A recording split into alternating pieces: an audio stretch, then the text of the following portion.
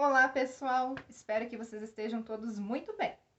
Na aula de hoje, nós vamos entender um pouquinho o que é literatura. Uma vez que no ensino médio nós adentramos nos conteúdos dos movimentos literários. Porém, primeiramente, é preciso que vocês entendam, por que nós devemos estudar a literatura e a importância, que não é pouca, da literatura em nossa vida. Então, vamos entender que é literatura. Então, a literatura, ela já foi muito comentada há séculos pelo pensador grego Aristóteles. Como que Aristóteles definia a literatura? Ele definia como a representação da realidade. Ou seja, para Aristóteles, a literatura, a escrita, era um meio pelo qual as pessoas poderiam representar a realidade, expor os sentimentos, expor aquilo que acontecia na sociedade. Então, para Aristóteles, essa era a definição. Aí nós temos também outras definições para a palavra literatura. Também podemos dizer que é a manifestação da linguagem que tem uma finalidade de expressão estética. Ou seja, um poema, por exemplo, que é literatura, ele tem uma função de conotativa, uma função de emoção, de expor sentimento. Então, é uma forma de expressão estética, por expressar o belo, por expressar o sentimento. Eu, particularmente, gosto muito da definição de literatura como sendo a arte da palavra. Nós conhecemos vários tipos de arte. Quando vem à cabeça, muitas vezes, a palavra arte, nós costumamos pensar em pinturas, em pintores. Porém, a literatura é uma arte, é a arte da escrita. Então, literatura se encaixa dentre todos os outros tipos de arte.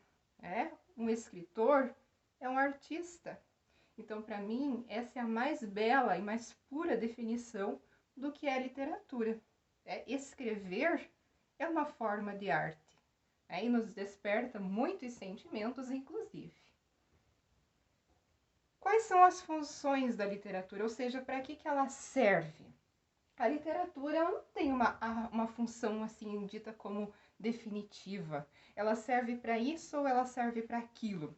A literatura ela tem inúmeras funções, mas principalmente ela tem uma função importante de construção do homem. Ou seja, a leitura, a literatura, ela nos permite uma construção do eu, uma construção de conhecimento, ou até mesmo conhecimento do próprio eu.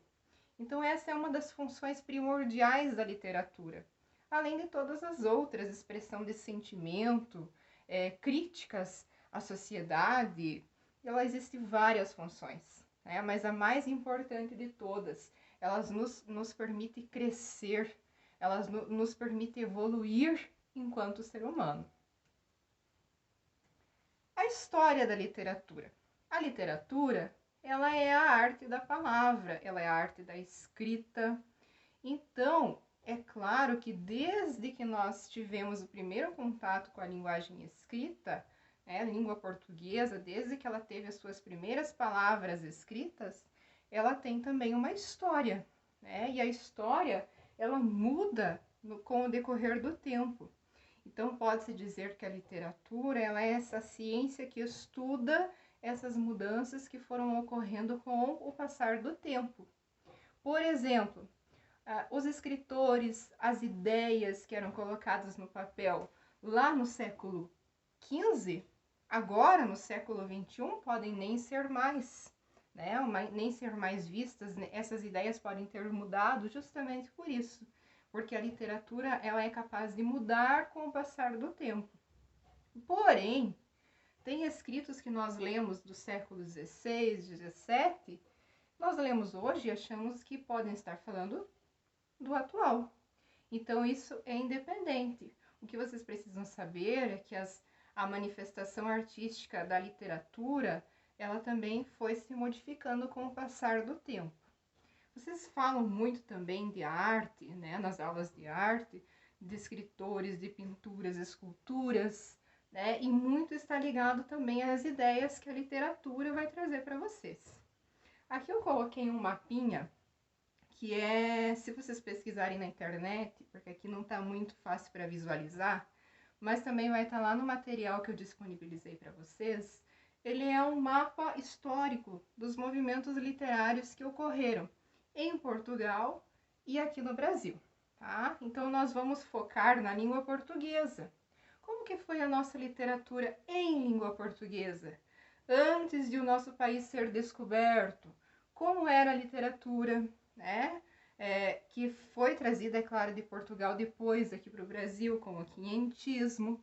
Então esse mapa, até os dias atuais, né, a escrita contemporânea, nós vamos, no decorrer do ensino médio, trazer todas essas especificações, nós vamos estudar todos esses movimentos literários. A princípio, nós precisamos saber o que é a literatura, para aí então nós entrarmos na parte histórica dela, ok? Os gêneros literários. Então, nós já estudamos os gêneros textuais, ou seja, são os diferentes tipos de textos que existem. E dentro da literatura também ocorre essa distinção, esses tipos, são os tipos literários, certo? Então, vocês lembram que lá no início eu falei como que Aristóteles definiu a literatura. E ele também definiu os gêneros literários. Para Aristóteles, eram 3 os gêneros literários: o lírico, o épico e o dramático. Porém, o gênero épico, ele era muito das narrativas mitológicas, narrativas dos deuses daquela época, né? Então, hoje, o gênero épico, ele é muito mais abrangente que isso, né? Os livros de romance, os novos escritores, eles também fazem parte dos gêneros narrativos. Então foi por isso que hoje em dia, né, atualmente, nós conhecemos o gênero épico por gênero narrativo, tá? Mas lembre-se, na época de Aristóteles, né, há séculos, o gênero épico, ele era essa forma narrativa que se tinha, né? As grandes epopeias, os grandes poemas, os longos poemas escritos por grandes escritores, né? Por exemplo, os Lusíadas, de Luís de Camões, né? Um grande poema que retratou, né, as batalhas de Portugal, as descobertas. Então, tudo isso se encaixa aí dentro das narrativas, né, de aventura, né? Mas nós vamos estudar mais sobre isso.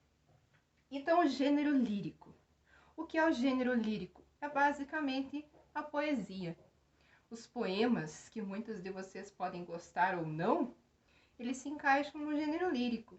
O que seria o gênero lírico? É uma forma de expressão do sentimento, né? Todo poema, ele traz consigo uma expressão de sentimento, seja de alegria, seja de tristeza, né? Ou seja, um sentimento de crítica, mas ele é essa expressão de emoção. Então, eu chamo isso de gênero lírico, é a expressão da emoção, é a presença de um eu lírico, ou seja, da pessoa que fala através das suas emoções.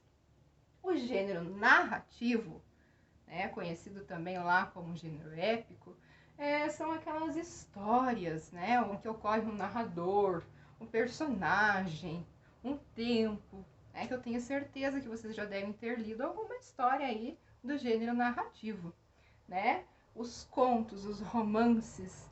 Atualmente nós temos, por exemplo, J.K., né, a escritora da série de Harry Potter, né? Então muitos alunos, às vezes, na modinha, né, gostam dessas leituras. São todos gêneros narrativos. É claro que existem aí os filmes também, mas aquela recomendação: primeiro ler o livro, depois assistir ao filme, né, para você comprovar os fatos. A leitura é o essencial, é o primeiro que deve vir. E o gênero dramático? O que é o gênero dramático?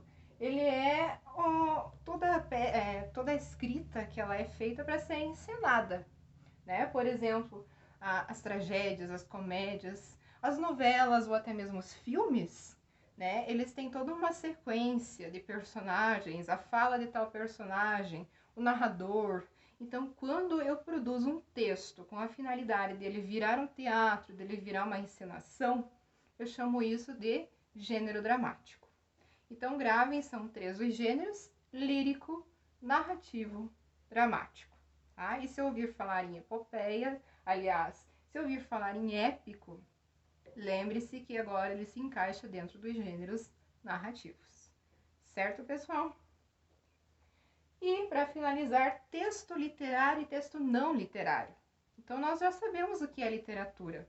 A literatura é a arte da palavra, a arte da escrita, as manifestações de sentimentos, né? Ou as críticas, as exposições. Porém, tem textos, nem todos os textos que nós vemos por aí são literários. Né? O que é um texto literário e o que é um texto não literário? Eu trouxe para vocês 2 imagens aqui diferentes.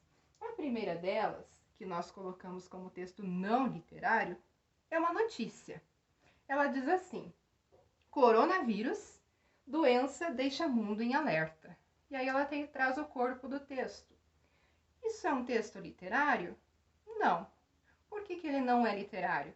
Porque ele tem apenas a função de informação, né, para de conhecimento das pessoas a respeito da doença, né, essa terrível doença, né, esse vírus que nos está mantendo em casa agora. Né? Então, ele é apenas uma questão de informação. Texto não literário. Bula de remédio, receitas, textos não literários. Quando um texto será literário? Quando ele tiver esse sentido de exposição de emoções, de sensações, de desejos, né, das narrativas, talvez histórias reais ou imaginárias. Então, isso é literatura, tá? É quando você cria algo com outra intenção além daquela de informar, né, mas também a intenção de entreter. Por exemplo, eu trouxe um texto, é um poema muito lindo, de Luís de Camões, um grande poeta português. Eu vou ler a vocês. Ele diz assim: mudam-se os tempos, mudam-se as vontades, muda-se o ser, muda-se a confiança.